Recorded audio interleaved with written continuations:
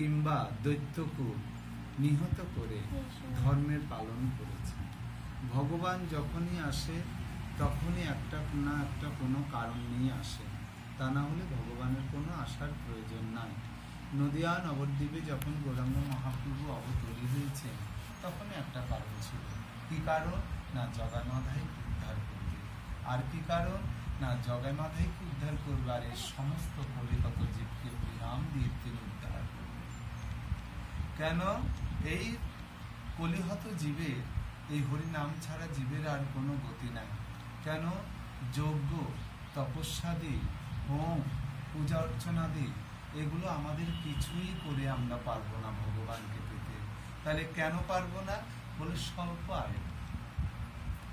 মানুষ যেভাবে মরছে তো হরিবল। হ্যাঁ, যে মানুষগুলো যে চলে যাচ্ছে আমরা দেখছি, সে রাগ করে মরে যায়, গলায় দড়ি দিয়ে বিষ খায়, ট্রেনে কাটা পড়ুক, অসুখে মরুক। এমনকি কোনো ব্যক্তি এখনকার যুগের যারা, তারা এমনটা কি বয়স হচ্ছে যে তাদের বয়স হয়েছে মরে যাবার, বয়স হয়নি। কেন? এর জন্য বলছে মানুষের হচ্ছে স্বল্প আয়ু। কলিযুগে মানুষের স্বল্প আয়ু। এই স্বল্প আয়ুর মধ্যে ঈশ্বরকে আরাধনা করবে কি করে, ঈশ্বর লাভ কি করে করবে? আয়ু তো বেশি নাই। হরিবল। তাহলে আমি তো বেশি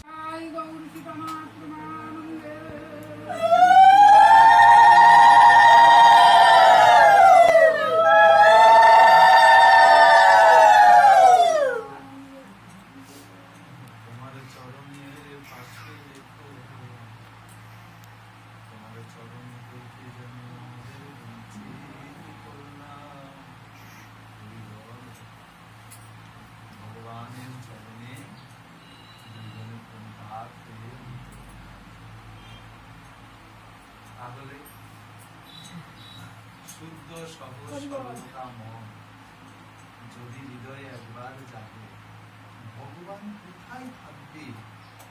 যেখানেই থাক, সেইখান থেকে এসে তোমার সঙ্গে দেখা হবে। এই এগুলো ভগবানের